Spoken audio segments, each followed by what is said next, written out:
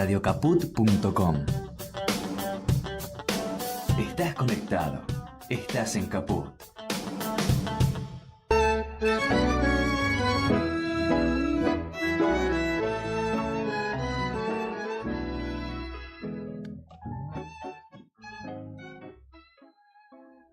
¿Cómo anda? Me imagino que todo el pueblo argentino está contento, así que igual vamos a hacer el programa porque así que ya se bajaron los decibeles, entonces vamos a comenzar nuevamente aquí en Radio Caput, ¿sí?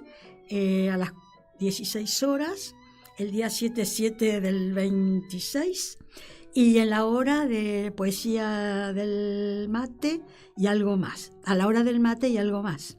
Y ahora tengo que decir, con un joven y nuevo operador por la tarde, que se llama Joaquín Beckbeder. ¿Lo digo bien? Bueno, entonces, como siempre, voy a hacer un saludo con una poesía para ustedes. Y fíjense una cosa, yo tomo un poema de Gerardo Diego, que español, 1896-1987, y que se llama Insomnio. Tú y tu desnudo sueño. No lo sabes. Duermes. No lo sabes. Yo en desvelo y tú, inocente, duermes bajo el cielo. Tú por tu sueño y por el mar las naves. En cárceles de espacio, aéreas llaves te me encierran, recluyen, roban. Hielo, cristal de aire en mil hojas. No hay vuelo que alce hasta ti las alas de mis aves. Saber que duermes tú, cierta, segura, cauce fiel de abandono, línea pura, tan cerca de mis brazos maniatados. ¡Qué pavorosa esclavitud isleño! Yo, insomne, loco en los acantilados, las naves por el mar, tú por tu sueño. Bueno, ¿les gustó?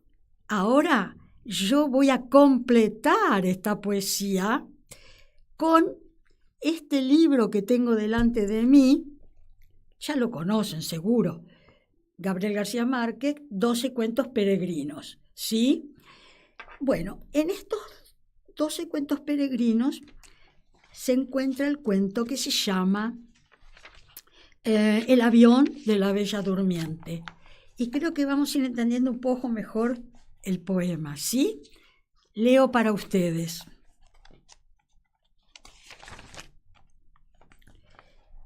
Era bella, elástica, con una piel tierna del color del pan y los ojos de almendras verdes, y tenía el cabello liso y negro y largo hasta la espalda y un aura de antigüedad que lo mismo podía ser de Indonesia que de los Andes. Estaba vestida con un gusto sutil, chaqueta de lince, blusa de seda natural con flores muy tenues, pantalones de lino crudo y unos zapatos lineales del color de las bugambillas. Esta es la mujer más bella que he visto en mi vida, pensé, cuando la vi pasar con sus sigilosos trancos de leona, mientras yo hacía la cola para abordar el avión de Nueva York en el aeropuerto Charles de Gaulle de París.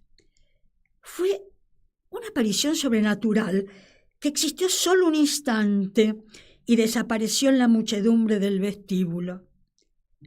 Eran las 9 de la mañana. Estaba nevando desde la noche anterior y el tránsito era más denso que de costumbre en las calles de la ciudad y más lento aún en la autopista. Y había camiones de carga alineados a la orilla y automóviles humeantes en la nieve. En el vestíbulo del aeropuerto, en cambio, la vida seguía en primavera. Yo estaba en la fila de registro detrás de una anciana holandesa que demoró casi una hora discutiendo el peso de sus 11 maletas.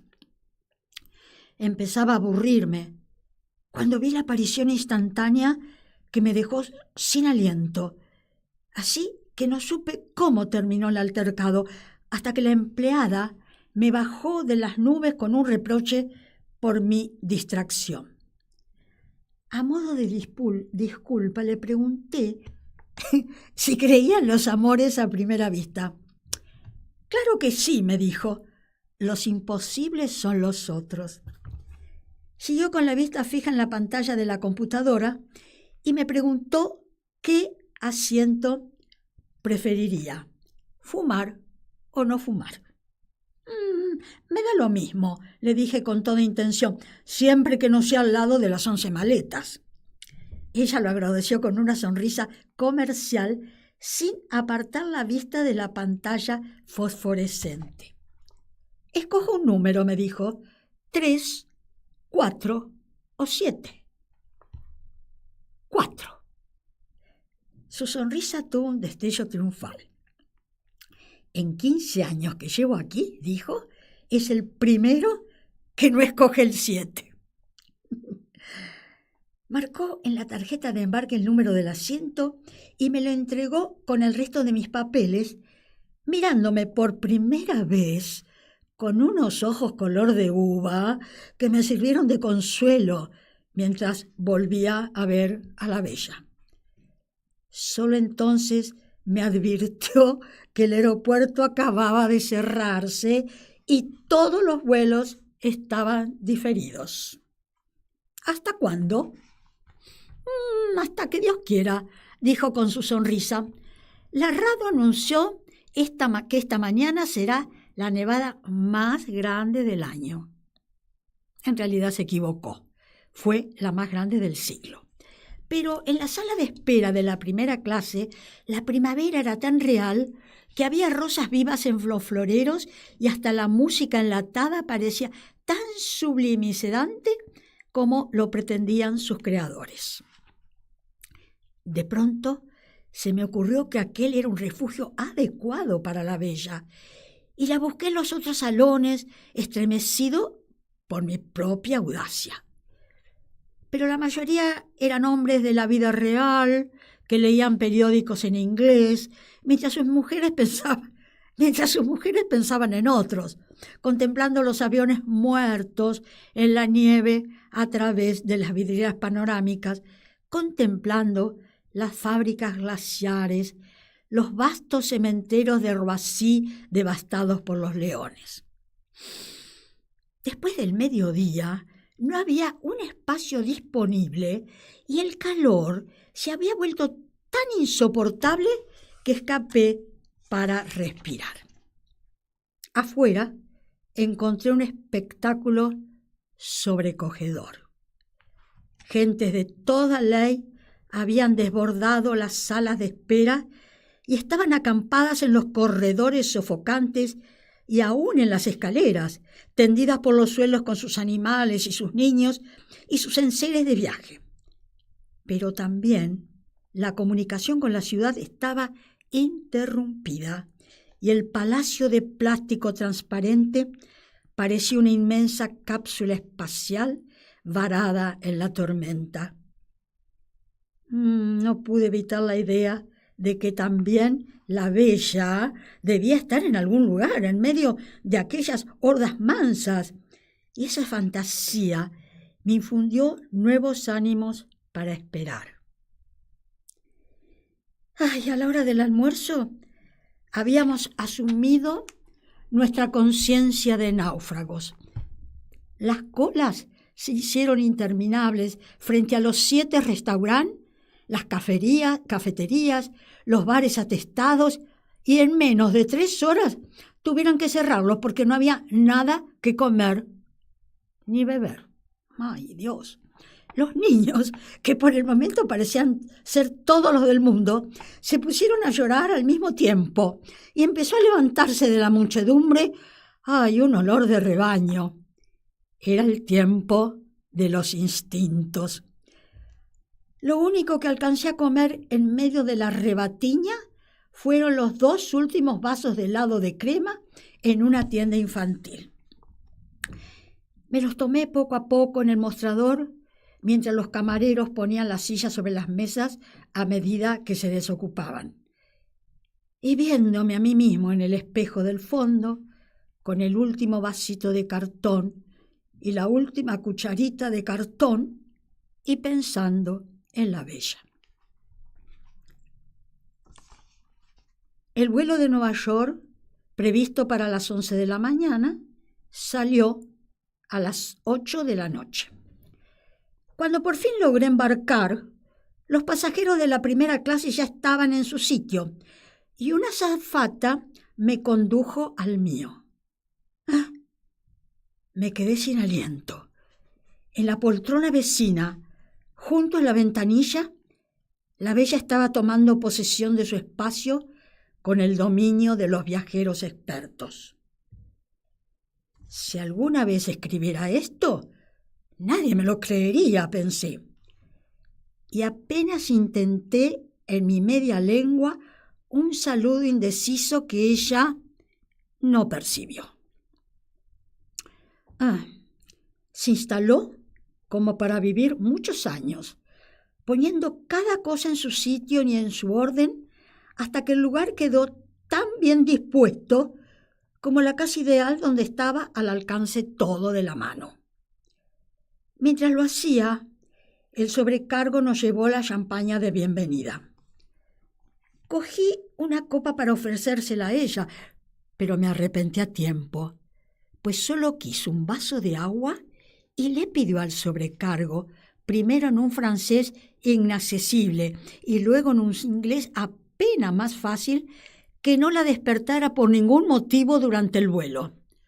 Su voz, grave y tibia, arrastraba una tristeza oriental.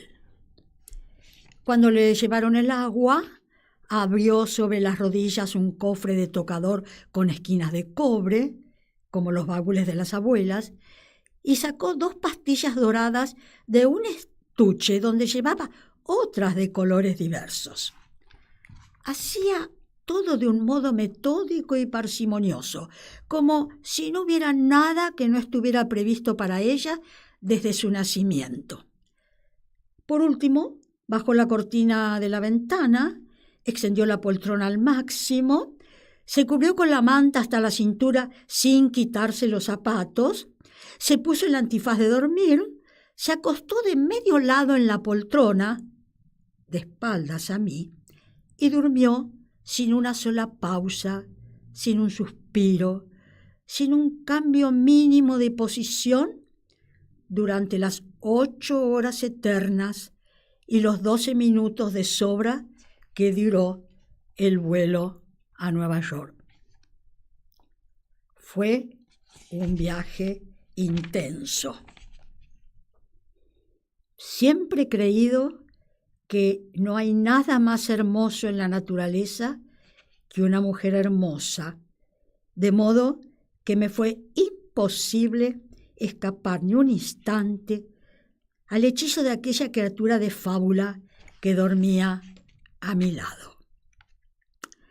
El sobrecargo había desaparecido tan pronto como despegamos, y fue reemplazado por una azafata cartesiana que trató de despertar a la bella para darle el estuche de tocador y los auriculares para la música. Le repetí la advertencia que ella le había dicho al sobrecargo, pero la azafata insistió para oír ella misma que tampoco quería cenar. Tuvo que confirmárselo el sobrecargo y aún así me reprendió porque la bella no se hubiera colgado en el cuello el cartoncito con la orden de no despertarla. ¿Qué tal? Hice una cena solitaria, diciéndome en silencio todo lo que le hubiera dicho a ella si hubiera estado despierta. Ay, su sueño era tan estable que en cierto momento tuve la inquietud de que las pastillas que había tomado no fueran para dormir, sino para morir. Antes de cada trago, levantaba la copa y brindaba. «A tu salud, bella». Terminada la cena, apagaron las luces, dieron las películas para nadie y los dos quedamos solos en la penumbra del mundo. La tormenta más grande del siglo había pasado y la noche del Atlántico era inmensa y límpida, y el avión parecía inmóvil entre las estrellas. Entonces la contemplé palmo a palmo durante varias horas, y la única señal de vida que pude percibir fueron las sombras de los sueños que pasaban por su frente como las nubes en el agua. Tenía en el cuello una cadena tan fina que era casi invisible sobre su piel de oro, las orejas perfectas y impuntadas para los aretes, las uñas rosadas de las manos de la buena salud y un anillo liso en la mano izquierda. Como no parecía tener más de 20 años, me consolé con la idea de que no fuera un anillo de boda, sino, bueno, el de un noviazgo efímero. Saber que duermes tú, cierta, segura, cauce fiel de abandono, línea pura, tan cerca de mis brazos maniatados, pensé, repitiendo en la cresta de espumas de champán el soneto magistral de Gerardo Diego. Luego extendí la poltrona a la altura de la suya y quedamos acostados más cerca que en una cama matrimonial.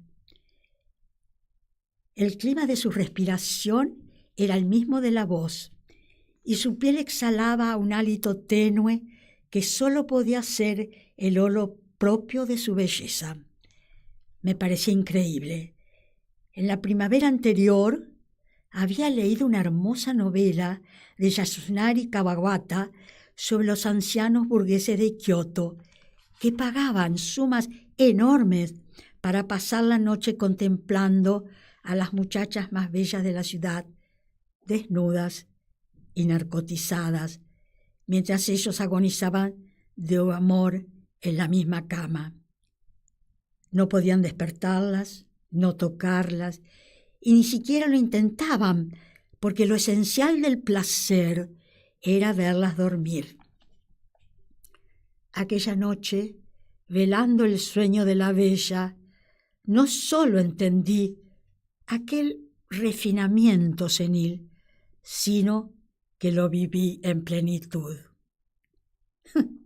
¿Quién iba a creerlo?, me dije, con el amor propio exacerbado por el champán. Yo, anciano japonés a estas alturas. Creo que dormí varias horas, vencido por la champaña y los fogonazos mudos de la película, y desperté con la cabeza agrietada. Fui al baño. 2 lugares detrás del mío yacía la anciana de las 11 maletas desparramadas de mala manera en la poltrona. Parecía un muerto olvidado en el campo de batalla. En el suelo, a mitad del pasillo, estaban sus lentes de leer con el collar de cuentas de colores, y por un instante disfruté de la dicha mezquina de no recogerlos.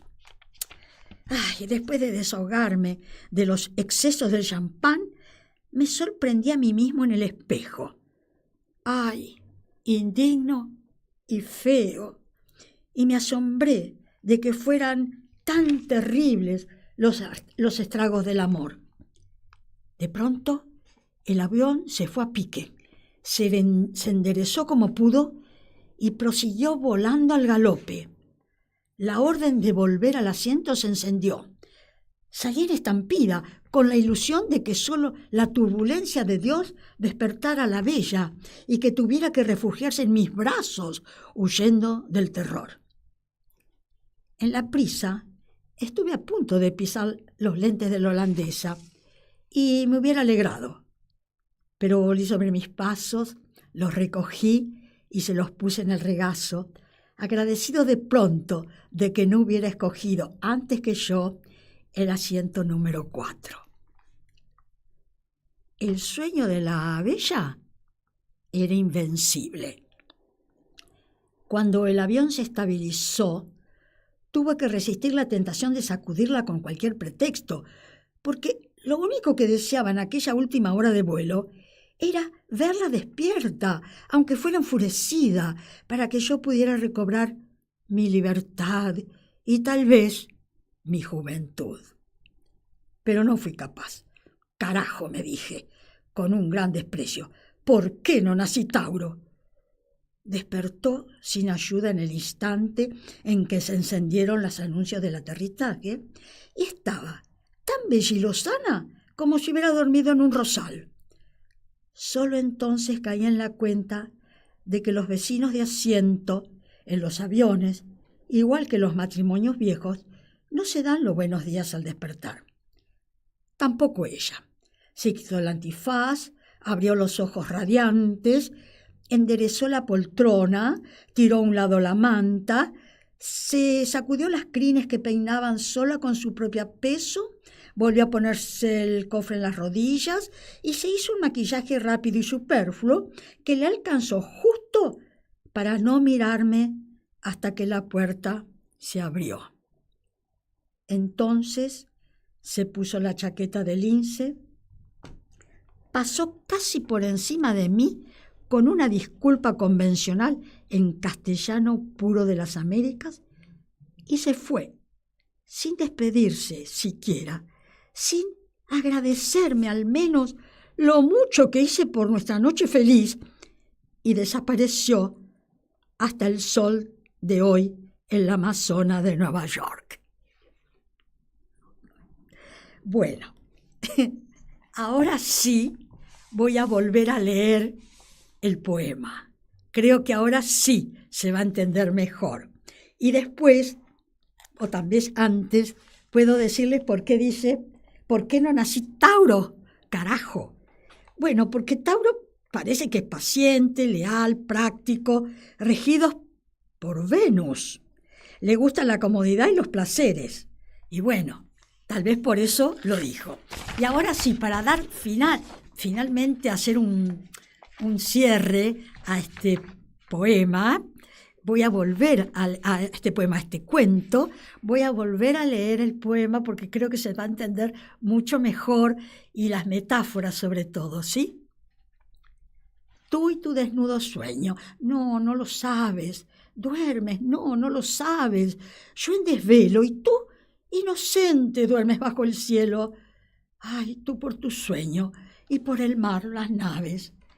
En cárceles de espacio, aéreas llaves te me encierran, recluyen, roban. Hielo, cristal de aire en mil hojas. No hay vuelo que alce hasta ti las alas de mis aves. Saber que duermes tú, cierta, segura, cauce fiel de abandono, línea pura. Ay, tan cerca de mis brazos maniatados. Qué pavorosa esclavitud isleño. Yo, insomne, loco en los acantilados, las naves por el mar, tú por tu sueño. ¿Sí? ¿Se entendió un poco más? Bueno, ahora se me ocurrió con un tema musical que, bueno, se puede aproximar, no tanto. Un bolero, por ejemplo. Este bolero, en realidad, me pareció menos estridente, se llama Perfidia. Y está, ¿saben quién lo grabó? Andrea Bocelli. Así que, ¿lo oímos? ¿Sí? Bueno.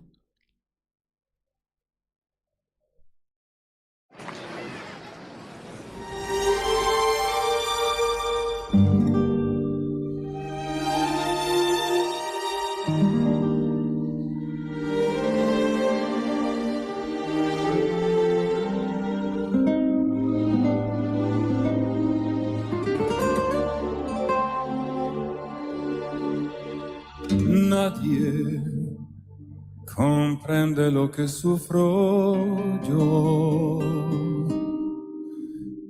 Canto, pues ya no puedo sollozar.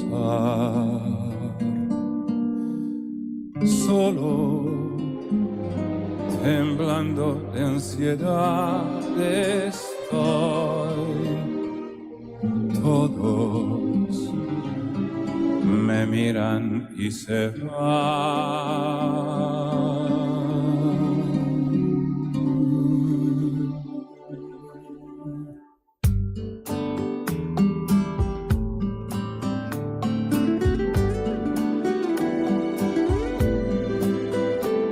Mujer, si puedes tú con Dios hablar, pregúntale si yo alguna vez te he dejado de adorar. Y al mar, espejo de mi corazón, las veces que me he visto llorar, la perfidia de tu amor. Te he buscado donde quiera que yo voy y no te puedo hallar. ¿Para qué quiero otros besos si tus labios no me quieren ya besar? Y tú, ¿quién sabe por dónde andarás? ¿Quién sabe qué aventuras tendrás? Qué lejos estás de mí.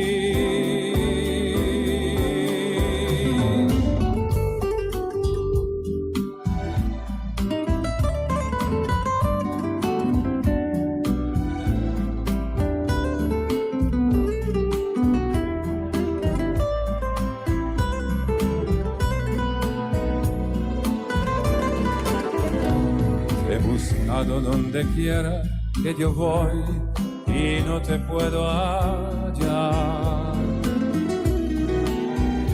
¿Para qué quiero otros besos si tus labios no me quieren ya besar?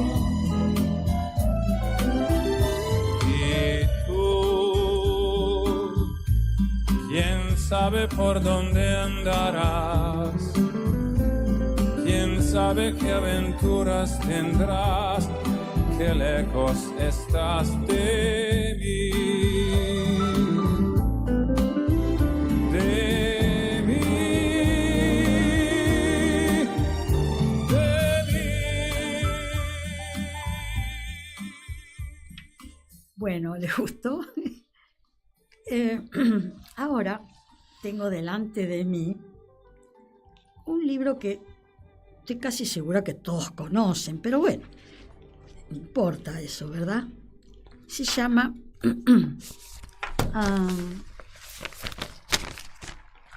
Afrodita. Afrodita de Isabel Allende. No, así mejor. ¿Sí? ¿Sí? Bueno, este libro realmente es delicioso. Pero bueno, cuando quieran yo les leo algunas recetas, pero claro, son un poco eróticas. No sé si las van a querer oír, pero algún día se los puedo leer. Entonces, Isabel Allende, bueno, en realidad dicen siempre que es chilena. En realidad ella es peruana, porque su papá creo que era diplomático y ella nació en Perú. Pero bueno, siempre la asociamos a Allende, ¿no es cierto? Bueno, Isabel Allende entonces escribió este libro precioso, realmente tiene también con unas ilustraciones preciosas, un material muy, muy bueno, las hojas, todo. Y yo tomé esta parte, que es como un cuento también, y creo que les va a gustar, ¿sí? Porque también es importante tener en cuenta que Afrodita, ¿no? Sí. Esto también lo tengo que ponerlo por acá, a ver si se ve. ¿Sí? ¿Se ve? Sí, se ve. Bueno, en realidad, Afrodita, que fue surgida de la espuma por partes del que mataron, y entonces surge en las aguas. Y Afrodita, entonces, en la mitología griega, bueno, es la diosa del amor, de la belleza, del deseo, de la lujuria, del sexo y la reproducción, que es Venus en realidad en la mitología romana, y además es la madre de Cupido o Eros, así que está todo en familia, ¿sí? Y yo voy a leer esta parte que se llama Cocinando desnudos. Lo tomé como en realidad, tuve que hacer fotocopia porque me hubiera gustado leerlo del libro, pero la letra es muy pequeña. Así que bueno, entonces me decidí por una fotocopia, ¿sí? Entonces voy a leer para ustedes Cocinando desnudos, del libro Afrodita, de Isabel Allende. Y es importante tener la figura de Van Gogh delante, porque hace referencia a eso. Las mujeres nos impresionamos con los hombres entendidos en comida, cosa que no ocurre al revés. Un hombre que cocina es sexy, la mujer no, tal vez porque recuerda demasiado el arquetipo doméstico. El contraste y la sorpresa son eróticos. Una muchacha vestida de pandillero y acaballada sobre una motocicleta puede resultar excitante. En cambio, un hombre en la misma situación es solo un macho ridículo. Yo jamás admito que sé cocinar. Es fatal. Mi amiga Hannah, compositora de esa música de la nueva era que se escucha en las clínicas de belleza y consultorios dentales, y su último marido, son un buen ejemplo de lo que sostengo. Durante un breve tiempo de soltería, después de su tercer divorcio, Hannah contestó uno de esos avisos clasificados del periódico para buscar pareja. Por teléfono el hombre parecía perfecto.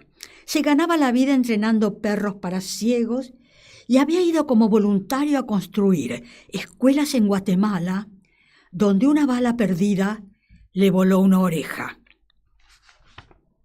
Mi amiga, inexperta en avisos personales, y algo desesperada, lo invitó a cenar antes de verlo. Pero ni se les ocurra. Las citas a ciegas son muy peligrosas. Lo apropiado en estos casos es un breve encuentro en un sitio neutro del cual ambos puedan escapar con dignidad. Jamás una comida sola que puede convertirse en un largo martirio. Ella esperaba una versión madura del Che Guevara, pero llegó una réplica de Vincent van Gogh. Aquí.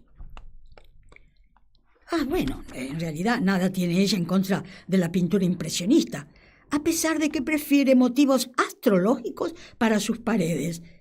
Pero aquel desconocido, con los pelos color zanahoria y ojos despavoridos, fue una desilusión. Se arrepintió apenas lo vio. En fin, ya estaba allí, y no era cosa de cerrarle la puerta en las narices por una cuestión de una oreja más o menos. Mi amiga no estaba en condiciones de ponerse quisquillosa por menudencias. Pero ese hombrecillo era peor de lo imaginado en sus solitarias pesadillas. Había planeado luz de velas y unas lentas zambas del Brasil, pero no quiso provocar iniciativas indeseables en su huésped, de modo que encendió todas las luces y colocó una de sus composiciones musicales de zumbido de viento y aullidos de coyotes, que tienden a producir un letargo hipnótico. se saltó la copa de vino preliminar y otras cortesías de rigor y lo condujo directamente a la cocina, dispuesta a preparar unos tallarines de última hora, alimentarlo a toda prisa y despedirlo antes de servir el postre. El hombre la siguió manso, sin dar muestras de desencanto, como quien está acostumbrado a recibir un trato más bien brusco. Pero una vez en la cocina, algo cambió en su actitud.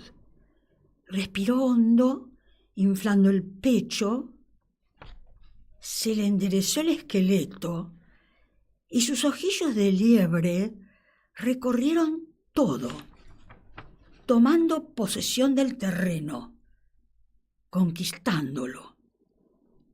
«Permítame», dijo, y sin darle oportunidad a Hannah de contradecirlo, le quitó suavemente el delantal de las manos, se lo amarró en la propia cintura y la instaló a ella en una silla. «A ver, veremos qué hay por acá», anunció, mientras rescataba de la nevera los ingredientes que había ella decidido guardar para el día siguiente, y otros en los que no había pensado.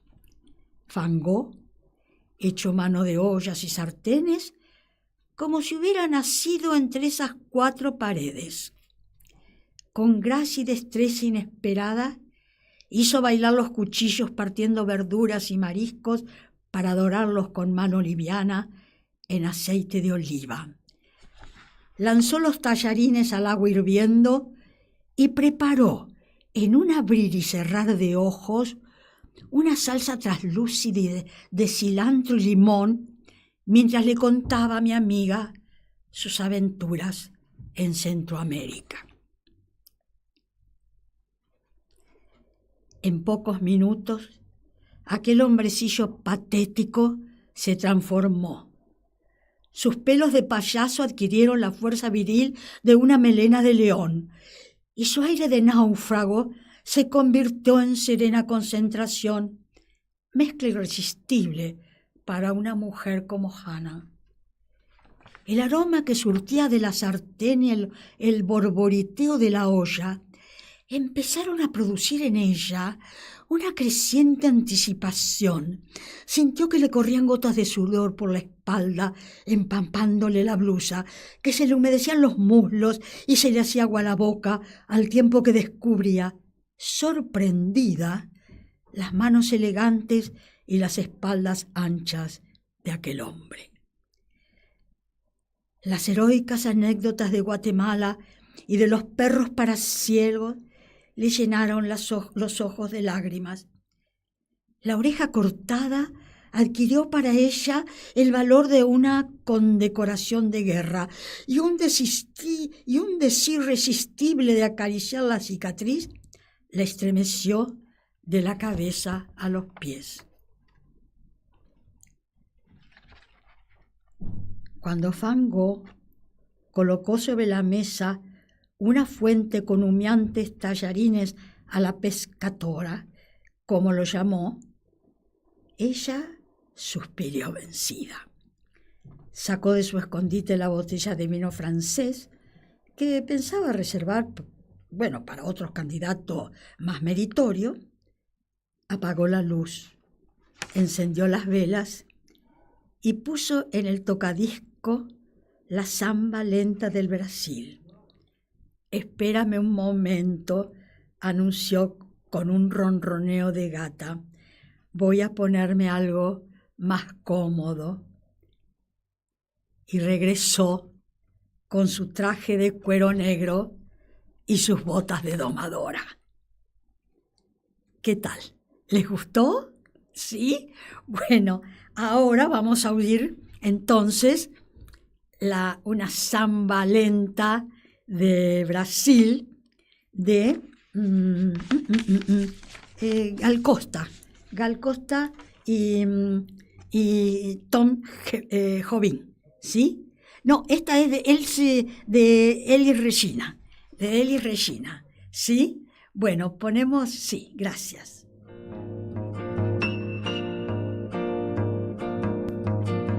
É pau, é pedra, é o fim do caminho, é o resto de toco, é um pouco sozinho, é um caco de vidro, é a vida, é o sol, é a noite, é a morte, é o laço, é o anzol, é peroba do campo, é o nó da madeira, caringá, candeia, é o mate da pereira, é madeira de vento, da ribanceira, é um mistério profundo, é o queira ou não queira, é o vento ventando, é o fim da ladeira, é a viga, é o vão, festa da cunheira, é a chuva chovendo, é conversa ribeira das águas de março, é o fim da canseira, é o pé, é o chão, é a mastradeira, passarinho na mão, pedra de atiradeira, é uma ave no céu, é uma ave no chão, é um regato, é uma fonte, é um pedaço de pão, é o fundo do poço, é o fim do caminho, no rosto desgosto, é um pouco sozinho, é um estrepe, é um prego, é uma ponta, é um ponto, é um pingo, pingando, é uma conta, é um conto, é um peixe, é um gesto, é uma prata brilhando, é a luz da manhã, é o tijolo chegando, é a lenha, é o dia, é o fim da picada, é a garrafa de cana, o estilhaço na estrada, é o projeto da casa, é o corpo na cama, é o carro enguiçado, é a lama, é a lama, é um passo, é uma ponte, é um sapo, é uma rã é um resto de mato na luz, da manhã, são as águas de março fechando o verão, é a promessa de vida no teu coração.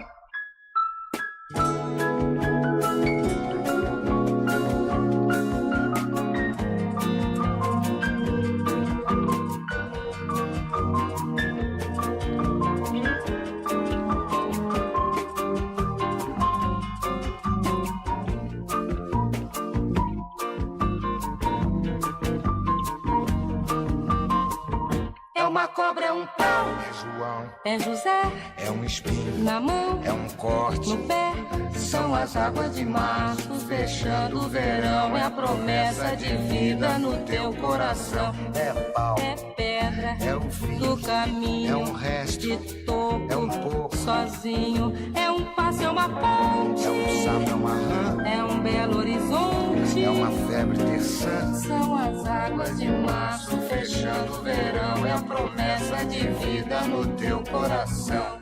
Pau, pedra, inho, peixe, coco, oco, vinho, agro, hidro, ida, ol, ponte, horte, aço, sol, são as águas de março fechando o verão, é a promessa de vida no teu coração. Badaba, bade baziza, zazaziza, bazananenha, anandede, banandede, banandede, andanande, andandada, andandede, andandede, andandada, ué.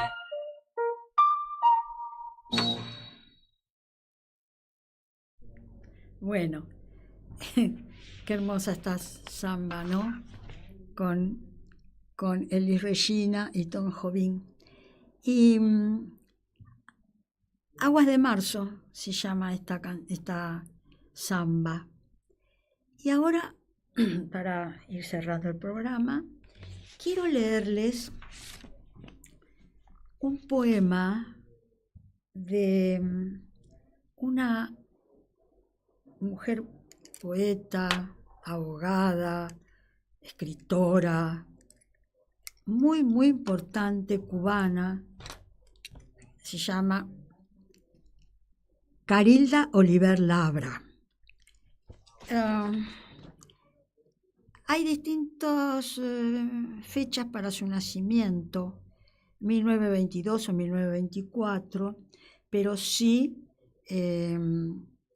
cuando falleció en el 2018, hace muy poco.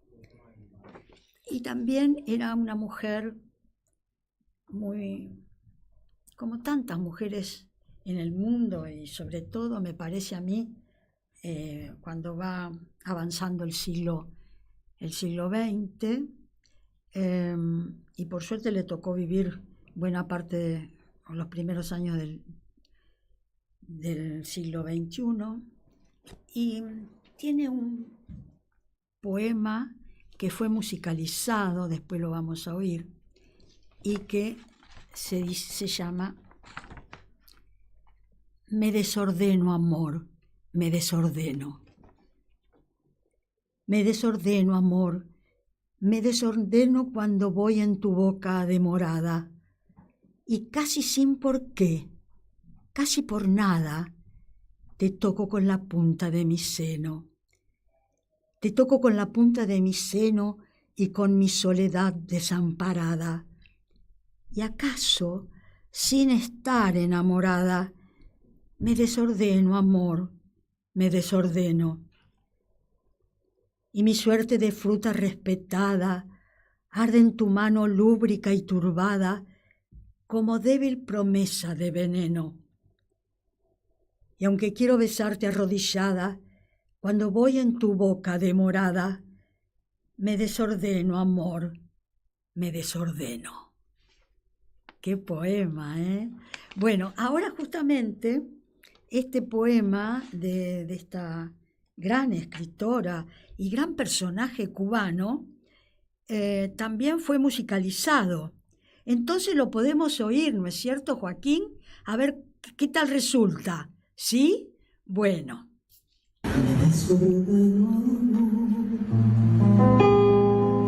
Me desordeno. El famoso poema de Carilda Oliver Labra. Me desordeno y acaso sin estar enamorado. Me desordeno, amor.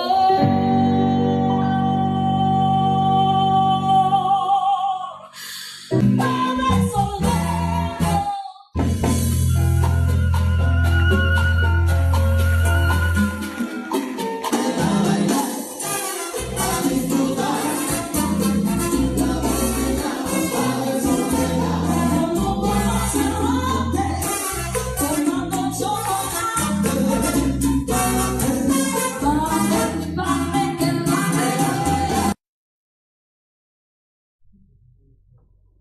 ¿Qué pasó? ¿Se cortó? Ah, bueno. Bueno, sí se cortó. No, yo quería... lo importante es que había una musicalización de este poema. Y miren qué importante, Carilda Oliver Labra fue una poeta cubana. A lo largo de su vida, Carilda se convirtió en una figura icónica en la literatura cubana y una de las voces más influyentes en la poesía lírica contemporánea, ¿no? Ella vivió 96 años y, claro, acá la dan como nacida en el 22, en Matanzas, en Cuba, y siempre quiso residir ahí, nunca se fue de su lugar. Bueno, y con esto hoy damos por terminado el programa. Espero que les haya interesado. Eran cuentos, pues, narraciones muy importantes.